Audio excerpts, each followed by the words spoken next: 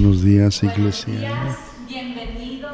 Welcome, gracias por estar aquí con nosotros.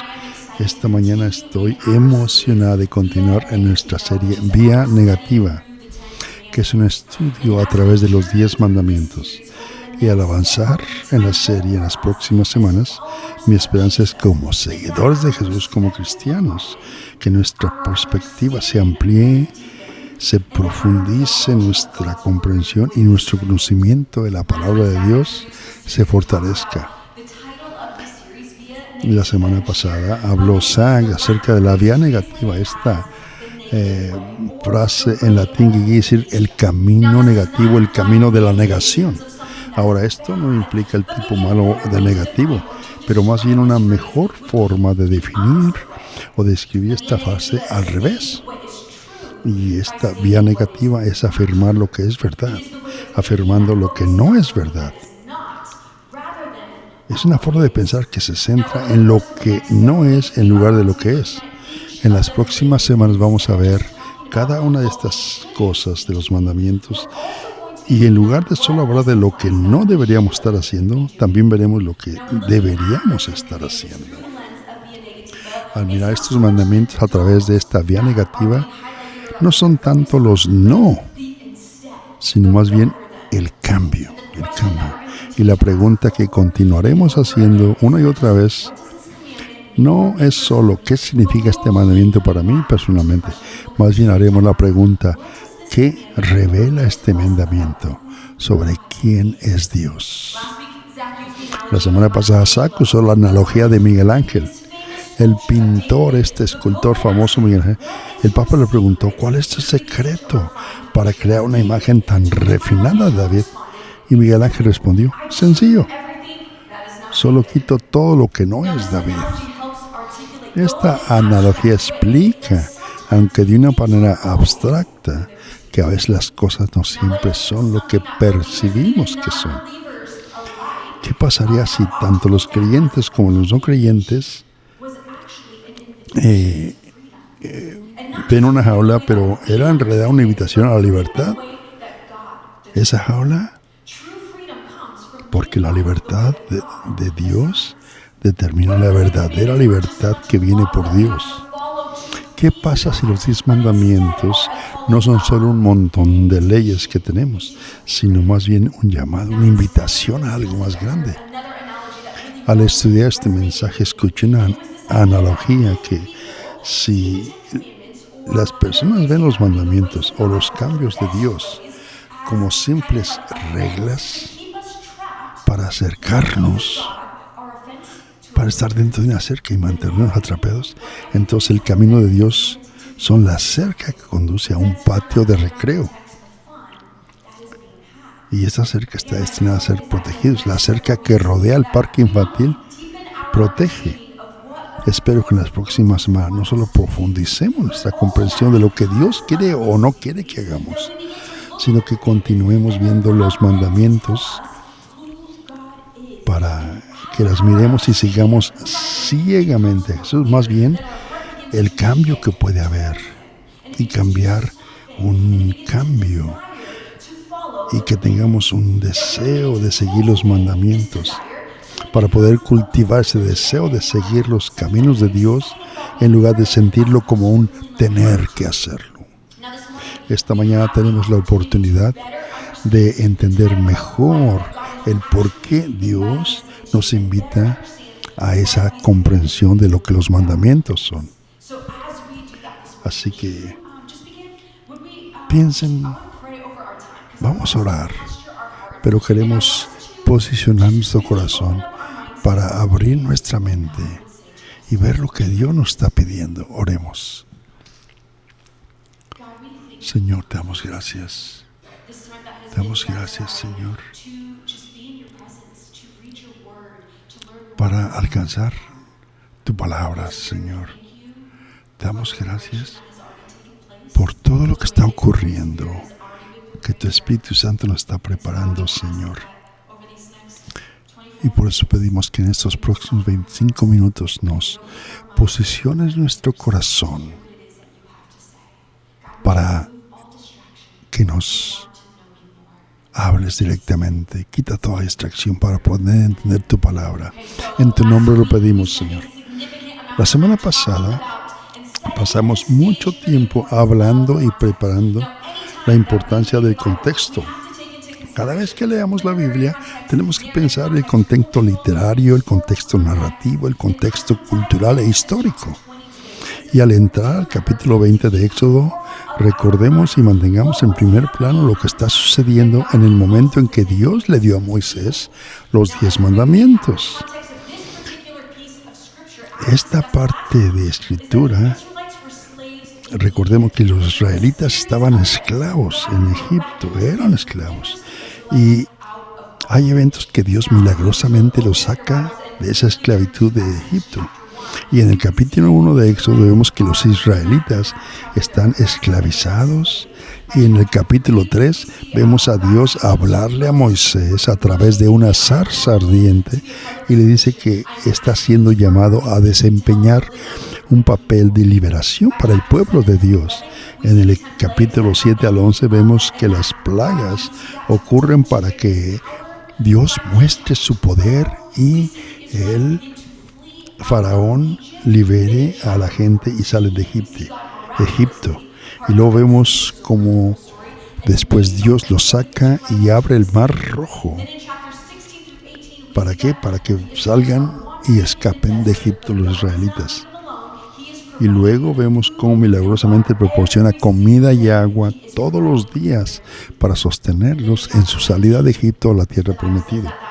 Y para el capítulo 19, por 3 meses después de que los israelitas fueron liberados y escaparon, es cuando llegan al desierto del Sinaí, y allí en ese monte es donde Dios comenzó a liberar lo que hoy se conoce los 10 mandamientos. Y vamos a concentrarnos en los versículos 1 al 6 del Éxodo 20.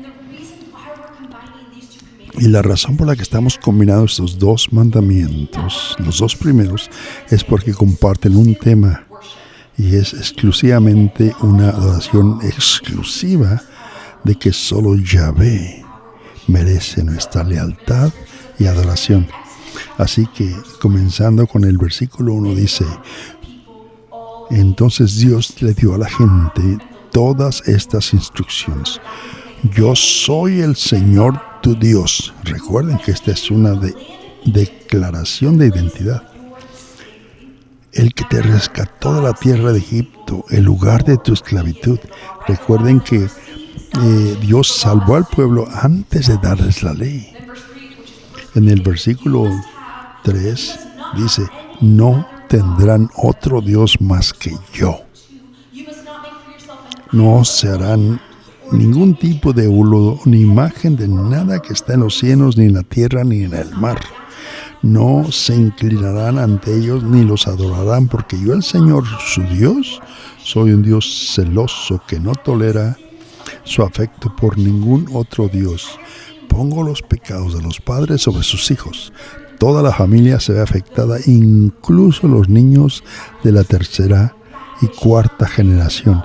Y hago misericordia a millares a los que me aman y guardan mis mandamientos. Con el resto de nuestro tiempo hoy vamos a desglosar lo que estos 2 mandamientos no solo dicen sobre lo que se supone que debemos hacer, pero de nuevo es qué nos dicen estos mandamientos acerca de Dios. El mandamiento 1, no tendrás ningún otro Dios más que yo, les dice Dios. El contexto es importante. Esto puede ser algo simple o obvio, pero es importante recordar que los israelitas vivían en una cultura politeísta, que quiere decir que tenían muchos dioses que podían servir a diferentes dioses. Pero como discutimos la semana pasada, 2 de los temas más importantes en la historia son los pactos y la cultura. Así es que culturalmente estaban los israelitas en un pacto y en una cultura politeísta, con muchos dioses, pero Dios quiere hacer un pacto con ellos. Y por eso les dice, no tendrán dioses ajenos delante de mí. No se refiere a ninguna otra de la zona, sino ahora enfocándonos no solo en lo que no se debe hacer, sino en el hacer implícito de este mandamiento. La vía negativa es huir de todos los demás dioses. No solo no tener otros dioses, pero huir de todos los demás dioses. Ahora en Lucas nos dice que nadie puede servir a dos señores. O odias a uno y amas al otro, o te dedicas al uno y desprecias al otro. Ahora, esto en Lucas está relacionado con el dinero, pero Jesús hace un punto aquí que es cierto hoy.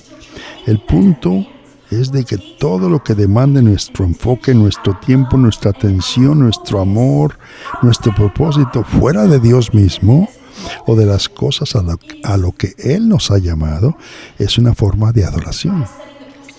Dios está sentando aquí un precedente de que no hay lugar en nuestros corazones y vidas para más que un solo Dios.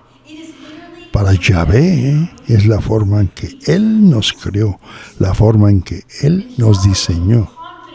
Y Yahvé puede hacer esta declaración con Él y con una confianza, porque Él es el único Dios verdadero, el más santo. No puede haber otros dioses, porque Él es el creador supremo.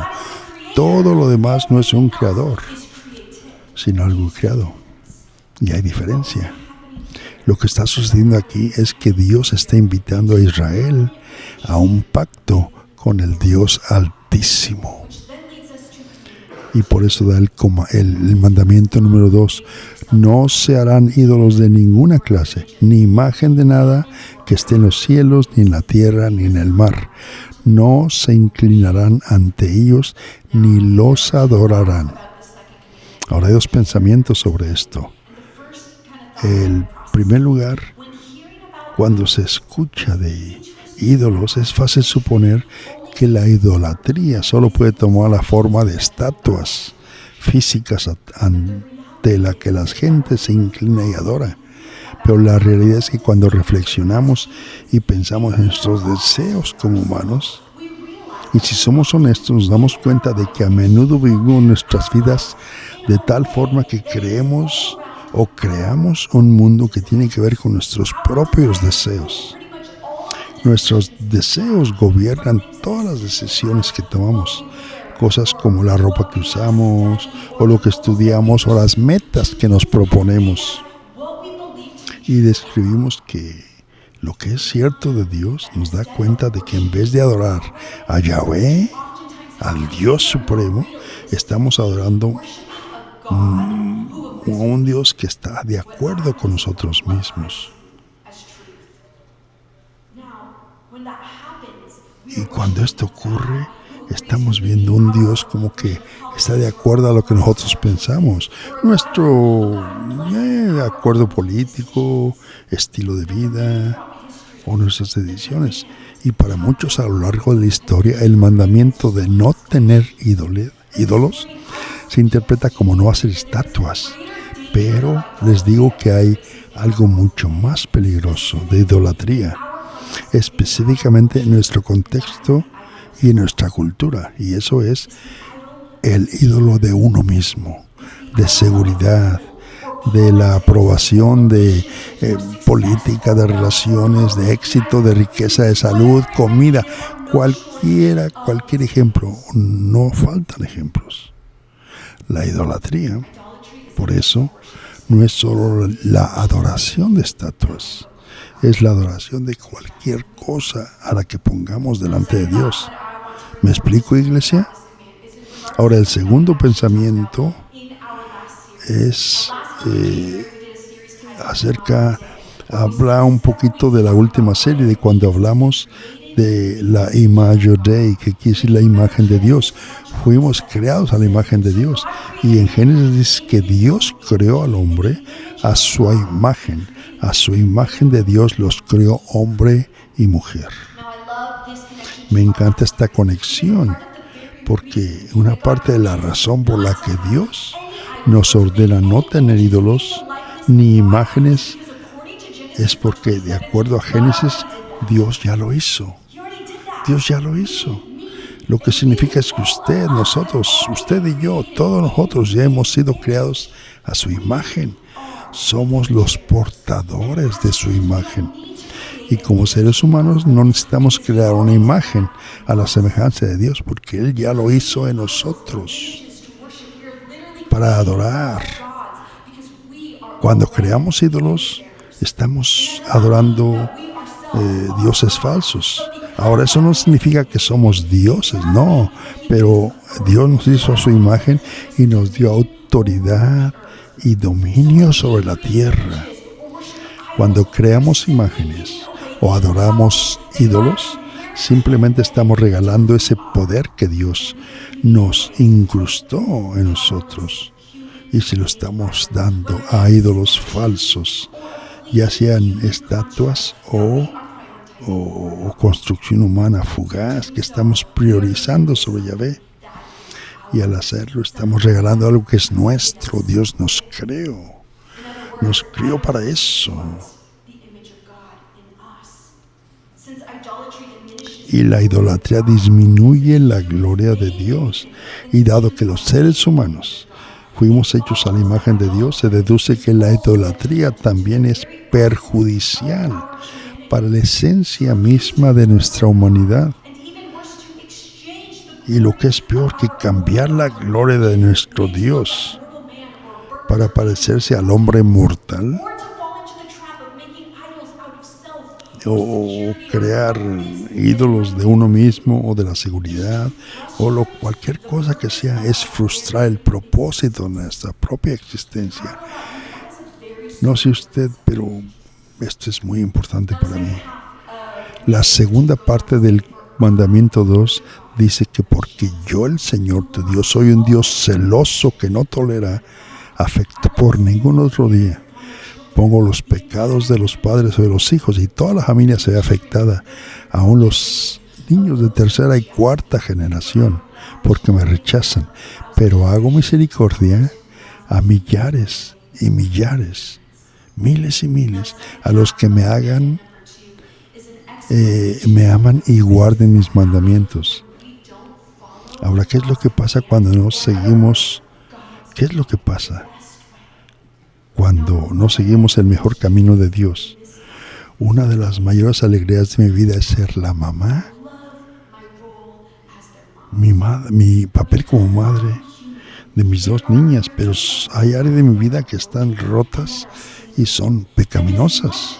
Y por mucho que amo a mis hijas, Emer y McKenna, si no llevo mis áreas de quebrantamiento al Señor y le permito que sane y me transforme, entonces son mis hijas, no yo, quienes en última instancia pagarán el precio. ¿Tiene sentido esta iglesia? Ellas serán las que paguen el precio alto. Ahora, como padres, cosas como todo tipo de cosas afectará a los hijos, adicción, cualquier cosa. Los niños sufrirán por generaciones. Y lo que vemos en estos versículos no es que Dios nos está castigando. Aún vemos que de acuerdo al libro de Ezequiel no es como funciona. Pero lo que pasa es que Dios en su soberanía está permitiendo que la repercusión se desarrollen por sí mismas. Ahora este concepto todavía se usa hoy en día, incluso en el mundo no cristiano. Es por eso que la técnica de la teoría de los sistemas familiares se usa en terapias psicológicas, porque puede ayudar a identificar problemas que están arraigados en el sistema familiar en vez de un individuo. En otras palabras, ¿de dónde salió? ¿De dónde viene este problema? ¿De dónde viene cómo era el entorno familiar? Pero lo que este mandamiento dice es que si elegimos el adorar a algo que no sea a Dios, entonces no solamente le afectará a usted, sino que afectará a las generaciones que vendrán después. Y esto, cuando Yahvé dice que adorarle es un camino para las generaciones futuras, un ejemplo, y las generaciones serán bendecidas. No sé si se dan cuenta, iglesia, pero su presencia aquí hoy importa. No solamente su asistencia a la iglesia, sino la postura de su corazón y su búsqueda de Dios pueden literalmente cambiar las generaciones que vienen después de usted. Esa es mi historia. Mi mamá me salvó a mí en su edad adulta y fue gracias a su rendición al Señor, a entregarse, que nací en un mundo donde mi familia me presentó a Jesús y ahora mis hijos se mantienen firmes. Y por eso mi esposo Jake y yo hemos estado hablando sobre la vida de las niñas y les enseñamos el camino de Jesús. Y creo que algún día harán lo mismo. En efecto, lo que usted escoge importa. Lo mismo ocurrió con la familia de mi esposo. El padre fue el primer creyente de esa generación en su familia y cambió la trayectoria de su propia vida, así como la vida de sus hijos y la vida de sus nietos. Y vemos el fruto de eso. Eso es importante. Lo que hacemos hoy importa. Su presencia aquí hoy, su presencia, iglesia. Todos ustedes, su postura, su corazón, todo lo que hicieron, aun cuando sacan a sus hijos un fin de semana, eso importa. Es importante. Ahora, a medida que comenzamos a poner fin a nuestro tiempo juntos, esto no importa si está casado o no casado, pero lo que hacemos afecta todo alrededor de nosotros. Ahora, para terminar esta plática, quiero dedicar una pregunta. ¿Qué nos dice esto acerca de Dios? ¿Qué tienen estos dos mandamientos de no tener otros dioses ni ídolos? ¿Qué significa? ¿Qué hay en el corazón de Dios por su pueblo que se refleja en estos dos mandamientos? Iglesia, tiene que importarnos esto, porque si no entendemos quién es el Señor y su corazón por su pueblo, por usted, por mí, lo más probable es que no estemos dispuestos a seguirle. Por eso Mateo dice que entrad por la puerta estrecha, porque ancha es la puerta y espacioso el camino que lleva a la perdición, y muchos entran por ella, pero pequeña es la puerta y angosto el camino que conduce a la vida, y solo pocos lo encuentran. Ahora hay una lista, no quiero una lista esta obsoleta de lo que se debe hacer o no se debe hacer, sino más bien una lista de mandamientos que refleja un Dios bueno, amoroso. Si toman nota, hay 3 puntos con los que quiero terminar hoy. ¿Y qué es lo que el hecho de no tener otros dioses nos dice acerca de Dios? El punto número 1 que nos dice es que Dios es celoso. Dios es celoso. Ahora, antes de que nos confundimos o nos confundamos, es importante entender cómo esa palabra que se usa en este contexto, en comparación de cómo la usamos nosotros como humanos, para hablar del pecado del celo. Cuando nosotros humanos usamos la palabra celosa, es un sentido de envidia de alguien que tiene algo que nosotros no tenemos. Una persona puede sentir celos o envidia porque la otra persona tiene un coche más bueno, una casa mejor, o puede estar celoso una persona de la habilidad de otras gentes, o incluso de su apariencia o su estatus. Pero en Éxodo 20 no es que Dios esté celoso o envidioso, no, porque alguien tiene algo que Él quiere, no. Como vimos en los mandamientos, Dios es celoso cuando alguien le da a otro algo que le pertenece a Él. Como humanos, cuando caemos en ese pecado de los celos, es porque deseamos algo que nunca fue nuestro.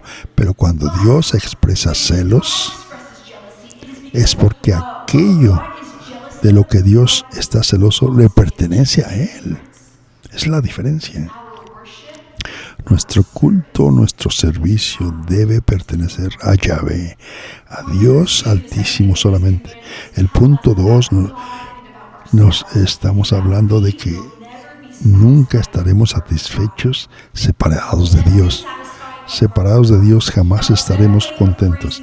Y una mejor forma de expresarlo es haciendo la pregunta: ¿cómo podría alguien abandonar una fuente garantizada de vida por una fuente garantizada de decepciones? No, preferimos la vida, el gusto, la alegría. Y Dios ya sabe que si adoramos lo que ni siquiera es Dios, reducimos la imagen de Dios en nosotros mismos. Si adoramos algo que ni siquiera es humano, reducimos nuestra humanidad. Nosotros jamás estaremos satisfechos separados de Dios. Y el punto 3 es que Dios sabe cómo afectará a su pueblo si tratamos una lealtad dividida, no a un solo Dios. Estos mandamientos nos muestran que su amor es tan grande que es precisamente porque Dios quiere nuestro bien que odia el daño autoinfligido que nosotros mismos creamos cuando idolatramos algo. Y el conflicto en última instancia es para nuestro propio bien, así como para la gloria de Dios. Esa es la razón por la que la idolatría es un pecado tan primario. No solo roba la gloria de Dios esa idolatría, sino que frustra el amor de Dios y contradice la esencia misma del amor de Dios, que busca el bien supremo para su creación. Es debido al gran amor de Dios por usted y por mí que Él creó estos límites. Oremos, iglesia. Dios, te damos gracias. Te damos gracias, Señor, por quien eres, por tu bondad, por tu fidelidad. Te damos gracias por tu trabajo que haces, Señor, en nosotros. Tú creaste ese amor por nosotros, Señor. Y al escuchar tu palabra, al haber escuchado tu palabra, vemos que todo se arraiga en nosotros, toma raíz. Y vemos cómo este amor puede crecer en nosotros. Esta adoración por ti, Señor, y solamente por ti. Al continuar en esta postura de oración, mientras todos estamos con los ojos cerrados, pensando en lo que esta palabra significa, siempre creamos oportunidad cada semana para que la gente que no conozca a Jesús, que no ha entregado su vida, lo haga. Y la razón por la que hacemos esto es porque creemos verdaderamente que seguir a Jesús cambia todo. Todo lo cambia. Y como le presentamos este caso de un Dios que te ama, que le conoce y que tiene solamente interés bueno para usted, un Dios que es para usted, un Dios que dio su vida por usted, un Dios que no es egoísta, porque la salvación ya se pagó por el sacrificio de Cristo en la cruz. Y si usted está aquí y reconoce que tal vez no tiene esa relación con Dios, o que tal vez reconoce que se ha alejado un poquito, y que aunque creía en Dios, pero ha dejado o sigue idolatrando ciertas cosas, que toma su tiempo, su atención alejado de Dios, y necesitamos poner más devoción en Dios. Si usted reconoce que tiene esos pilares en su vida, esas barreras, y sabe que debe de deshacerse de eso, hoy es el día de decir no más. Hay espacio en nuestro corazón para solo un Dios verdadero, el Dios Altísimo. Si usted está aquí y reconoce que es usted el que tiene que hacer esa decisión de pedir perdón, de abandonar todo eso, si usted es ese, todo lo que tiene que hacer es levantar su mano. Ya veo esas manos levantadas. Sí, Señor, gracias. Otra más.